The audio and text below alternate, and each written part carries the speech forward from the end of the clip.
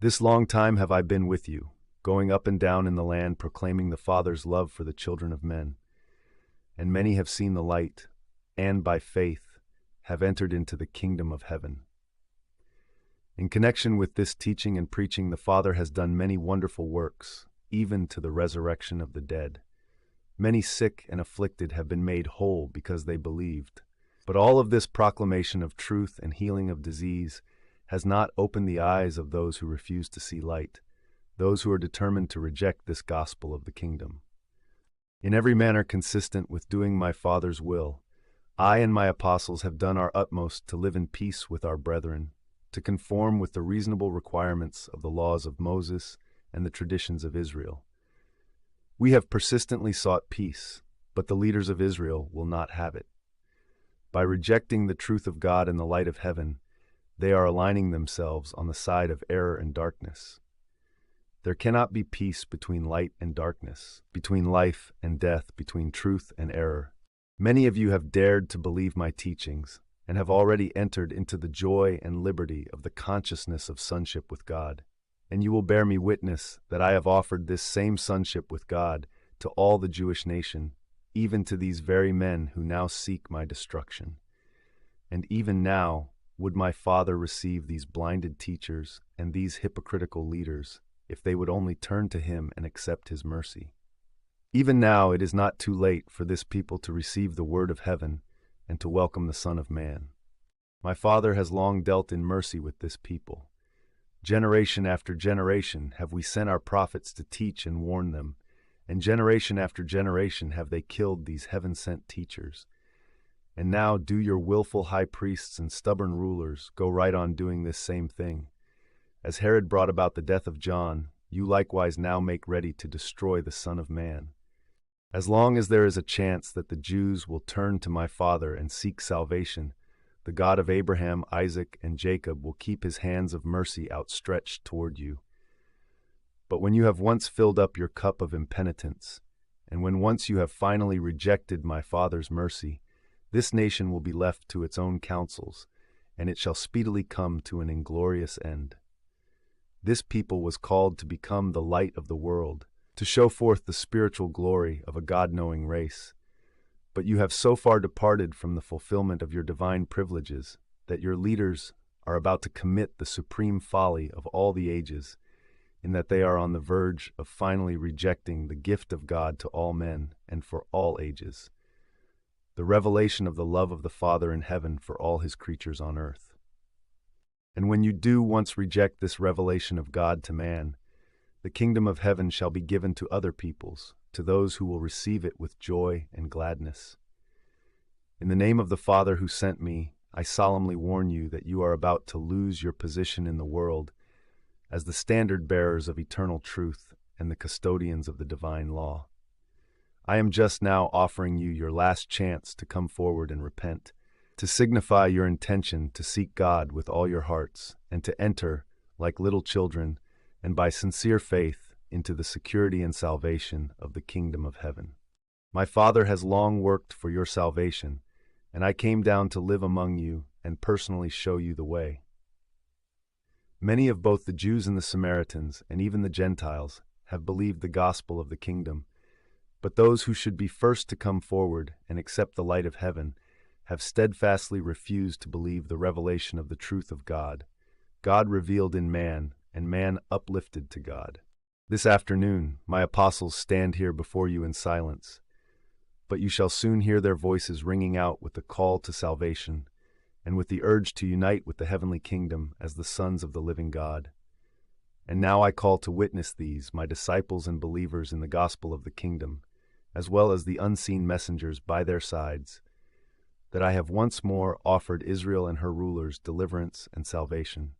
But you all behold how the Father's mercy is slighted, and how the messengers of truth are rejected. Nevertheless, I admonish you that these scribes and Pharisees still sit in Moses' seat, and therefore, until the Most Highs who rule in the kingdoms of men shall finally overthrow this nation and destroy the place of these rulers, I bid you cooperate with these elders in Israel. You are not required to unite with them in their plans to destroy the Son of Man, but in everything related to the peace of Israel, you are to be subject to them. In all these matters, do whatsoever they bid you, and observe the essentials of the law, but do not pattern after their evil works. Remember, this is the sin of these rulers. They say that which is good, but they do it not. You well know how these leaders bind heavy burdens on your shoulders, burdens grievous to bear, and that they will not lift as much as one finger to help you bear these weighty burdens. They have oppressed you with ceremonies and enslaved you by traditions. Furthermore, these self-centered rulers delight in doing their good works so that they will be seen by men. They make broad their phylacteries and enlarge the borders of their official robes. They crave the chief places at the feasts and demand the chief seats in the synagogues. They covet laudatory salutations in the marketplaces and desire to be called rabbi by all men. And even while they seek all this honor from men, they secretly lay hold of widows' houses and take profit from the services of the sacred temple. For a pretense, these hypocrites make long prayers in public and give alms to attract the notice of their fellows. While you should honor your rulers and reverence your teachers, you should call no man father in the spiritual sense, for there is one who is your Father, even God. Neither should you seek to lord it over your brethren in the kingdom. Remember, I have taught you that he who would be greatest among you should become the server of all. If you presume to exalt yourselves before God, you will certainly be humbled, but whoso truly humbles himself will surely be exalted. Seek in your daily lives not self-glorification, but the glory of God. Intelligently subordinate your own wills to the will of the Father in heaven. Mistake not my words. I bear no malice toward these chief priests and rulers who even now seek my destruction. I have no ill will for these scribes and Pharisees who reject my teachings. I know that many of you believe in secret, and I know you will openly profess your allegiance to the kingdom when my hour comes. But how will your rabbis justify themselves, since they profess to talk with God, and then presume to reject and destroy him who comes to reveal the Father to the worlds? Woe upon you, scribes and Pharisees, hypocrites! You would shut the doors of the kingdom of heaven against sincere men, because they happen to be unlearned in the ways of your teaching. You refuse to enter the kingdom, and at the same time do everything within your power to prevent all others from entering. You stand with your backs to the doors of salvation, and fight with all who would enter therein. Woe upon you, scribes and Pharisees, hypocrites that you are! For you do indeed encompass land and sea to make one proselyte, and when you have succeeded, you are not content until you have made him twofold worse than he was as a child of the heathen. Woe upon you, chief priests and rulers who lay hold of the property of the poor and demand heavy dues of those who would serve God as they think Moses ordained. You who refuse to show mercy, can you hope for mercy in the worlds to come? Woe upon you, false teachers, blind guides! What can be expected of a nation when the blind lead the blind? They both shall stumble into the pit of destruction. Woe upon you who dissimulate when you take an oath! You are tricksters, since you teach that a man may swear by the temple and break his oath, but that whoso swears by the gold in the temple must remain bound. You are all fools and blind. You are not even consistent in your dishonesty, for which is the greater, the gold or the temple which has supposedly sanctified the gold? You also teach that, if a man swears by the altar, it is nothing, but that, if one swears by the gift that is upon the altar, then shall he be held as a debtor. Again, are you blind to the truth? For which is the greater, the gift or the altar which sanctifies the gift? How can you justify such hypocrisy and dishonesty in the sight of the God of heaven? Woe upon you, scribes and Pharisees, and all other hypocrites who make sure that they tithe mint, anise, and cumin, and at the same time disregard the weightier matters of the law, faith, mercy, and judgment. Within reason, the one you ought to have done, but not to have left the other undone. You are truly blind guides and dumb teachers. You strain out the gnat and swallow the camel. Woe upon you, scribes, Pharisees, and hypocrites! For you are scrupulous to cleanse the outside of the cup and the platter, but within there remains the filth of extortion, excesses, and deception. You are spiritually blind. Do you not recognize how much better it would be first to cleanse the inside of the cup, and then that which spills over would of itself cleanse the outside? You wicked reprobates. You make the outward performances of your religion to conform with the letter of your interpretation of Moses' law, while your souls are steeped in iniquity and filled with murder. Woe upon all of you who reject truth and spurn mercy. Many of you are like whited sepulchres, which outwardly appear beautiful, but within are full of dead men's bones and all sorts of uncleanness. Even so do you who knowingly reject the counsel of God appear outwardly to men as holy and righteous, but inwardly your hearts are filled with hypocrisy and iniquity. Woe upon you, false guides of a nation! Over yonder have you built a monument to the martyred prophets of old, while you plot to destroy him of whom they spoke.